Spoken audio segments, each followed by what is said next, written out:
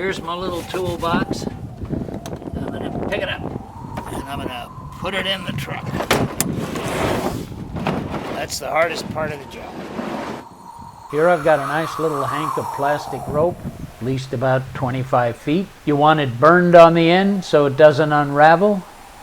With this rope, we're going to tie the toolbox to the bed of the truck. For easy demonstration, we will secure it to the driver's side, starting with the rope on the left. And we're going to use these steel rings I had welded to the original cleats. There are 4 of them, but we're only going to use the 2 on the driver's side.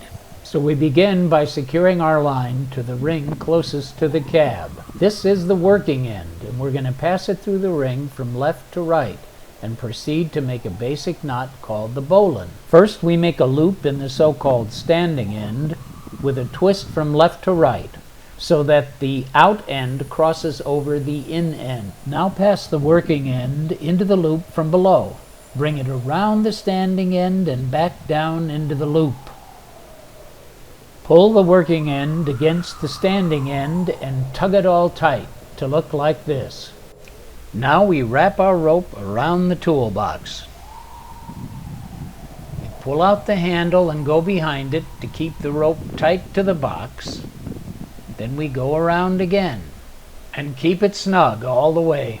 Next, we make a little slack in the first wrap and pass the bundle of rope up and out the top. This will keep the rope cinched up as we go around one more time again. Then we go through the handle, pull tight, then get the handle out of the way. At last, we come to the trucker's hitch. We start by taking up the working end and passing it through the rear ring, left to right, from near the box toward the lift gate. Bringing all the slack through the ring, then gather up what's left of the rope and toss it over across the standing line. Be sure that the working line lays over the standing line like this. Then reach back up the standing line and twist it counterclockwise to form a loop.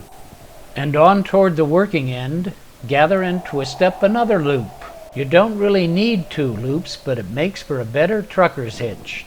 While holding the loops, reach past where the working end has crossed over the standing line, grab the rope and pull it into a finger loop called a bite. Shove it through the 2 loops and out the other end by a couple of inches. Confused? Here's a graphic you can pause to study. Now grab the working end and pull back to tighten the rope. To secure our knot, hold tight and pinch it where it crosses the bite.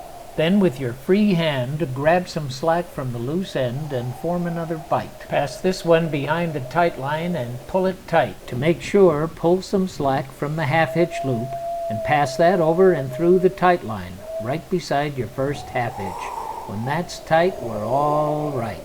In review, we start with a bowline to the truck, wrap the box with a twist, and tightened it all with the trucker's hitch. Now it's time to get going and deliver the box, somewhere not so very far away. In fact, right back where we started. Out of the truck, drop the gate, and back to the trucker's hitch. Astonishingly easy to undo. Simply push the last bite back out of its nest. Then grab the loose end, pull, and the other bite pops free. Behold, the hitch is loose. Now just pull the first bite out of its 2 loops,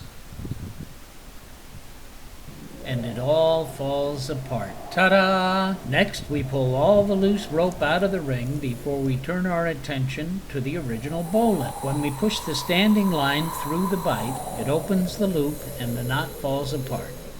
The box unwrapped, the rope coiled, we're ready to drop the box on the road. Then belay the rope, close the gate, and we're on our way, toolbox in tow.